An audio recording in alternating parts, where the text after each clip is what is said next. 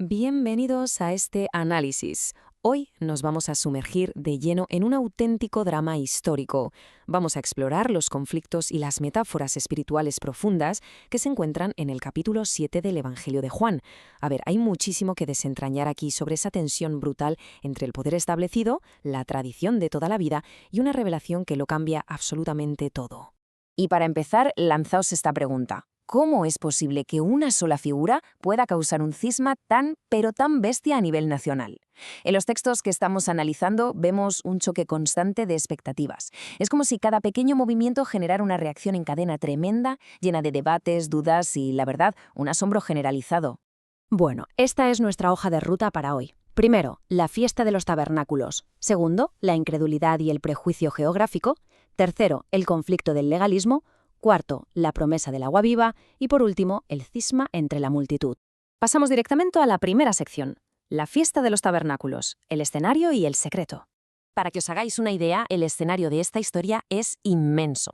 Está literalmente abarrocado y hay muchísimo en juego. La fiesta de los tabernáculos, o Sukkot, era un evento de peregrinaje obligatorio, así que imaginad Jerusalén a rebosar de gente. Y es exactamente en este entorno de máxima exposición pública donde los propios hermanos de Jesús empiezan a presionarle a tope para que busque fama y se dé a conocer al mundo. Pero ojo, en lugar de ceder a esa presión familiar, que sería lo más normal del mundo, él decide viajar en secreto. Esto subraya que seguía estrictamente un cronograma divino. El texto nos dice claramente que su hora no había llegado. Básicamente es un rechazo absoluto a cualquier agenda política humana que intentara forzar o acelerar las cosas. Él iba a su propio ritmo. Vamos a la sección 2, incredulidad y prejuicio geográfico, o lo que es lo mismo, la anatomía de la incredulidad. Fijaos bien en esto, porque revela las diferentes capas de la incredulidad y nos demuestra que ni estar físicamente cerca, ni ser un erudito, te garantizan una fe real. Tenemos a los hermanos, que representan pura familiaridad pero cero fe. Luego a los fariseos, que rebosan orgullo intelectual y hostilidad. Y finalmente a la multitud, que vive en una confusión constante, dejándose llevar por todos los rumores. Y aquí entra en juego el famoso estigma galileo. Es increíble cómo un simple prejuicio geográfico puede levantar un muro tan ciego. La multitud y los líderes esperaban a un Mesías con un origen súper misterioso y se preguntaban con total desdén, ¿de Galilea va a venir el Cristo? Pues sí, ese simple detalle geográfico fue la excusa perfecta para que muchísimos cerraran sus mentes de golpe. Pasamos a la sección 3, el conflicto del legalismo, la trampa del legalismo.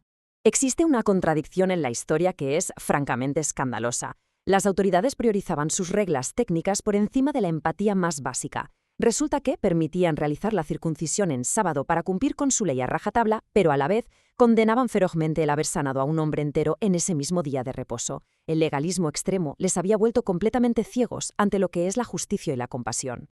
Y claro, a pesar de toda esta hostilidad brutal y de las órdenes de captura que ya estaban circulando, cada intento de arresto fracasaba miserablemente.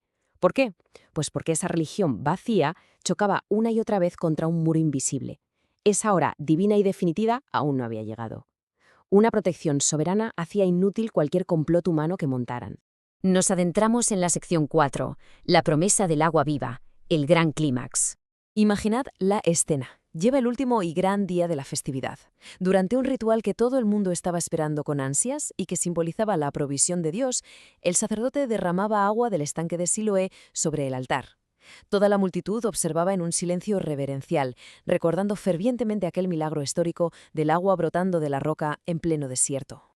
Y justo en medio de ese tremendo peso simbólico, ¡boom!, esa antigua tradición se ve interrumpida dramáticamente. Surge un clamor público, una voz radical que invita a beber a todo aquel que, literalmente, tuviera sed. Pero, a ver, seamos claros, esta oferta alucinante no iba de sed física. Esa agua viva es una metáfora súper profunda del Espíritu Santo. Es la promesa de que todo ese rito religioso externo y repetitivo iba a ser reemplazado por una vida interna, fluyente y permanente. Una verdadera revolución interior que traería una satisfacción inagotable. Llegamos a la última sección, la 5. Un cisma entre la multitud, las consecuencias. El resultado de todo esto, un cisma absoluto. La multitud rota en pedazos. La gente estaba completamente dividida entre el poder innegable de lo que enseñaba y sus tradiciones de toda la vida. Unos decían, convencidos, este es el profeta. Otros aseguraban, es el Cristo.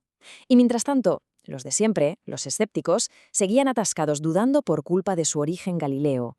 Incluso dentro de la élite religiosa, alguien intentó poner un poco de cordura. Nicodemo exigió un juicio justo, pidiendo que se respetara el debido proceso legal. ¿Pero qué pasó? Que su intento sensato fue aplastado al instante por ese ciego prejuicio geográfico de los fariseos, que zanjaron el debate soltando de forma errónea que de Galilea nunca había salido un profeta. Fin de la discusión. Y la reacción de los propios guardias es fascinante. Resulta que vuelven ante sus jefes con las manos totalmente vacías, tras recibir una orden súper explícita de arrestarlo. ¿Su excusa? Se quedaron tan cautivados, tan alucinados por la autoridad inigualable de sus palabras, que esa misma autoridad los desarmó por completo. Literalmente dijeron que jamás nadie había hablado así. Así que todo esto nos deja con un desafío final para reflexionar. ¿Es posible que hoy en día ese mismo legalismo estricto y el orgullo intelectual sigan actuando como bloqueos hacia una verdadera satisfacción espiritual? Ahí queda sobre la mesa esta antigua oferta de agua viva en contraste con una religión vacía, dejándonos una pregunta fundamental. ¿Cómo podemos saciar de una vez por todas nuestra sed más profunda?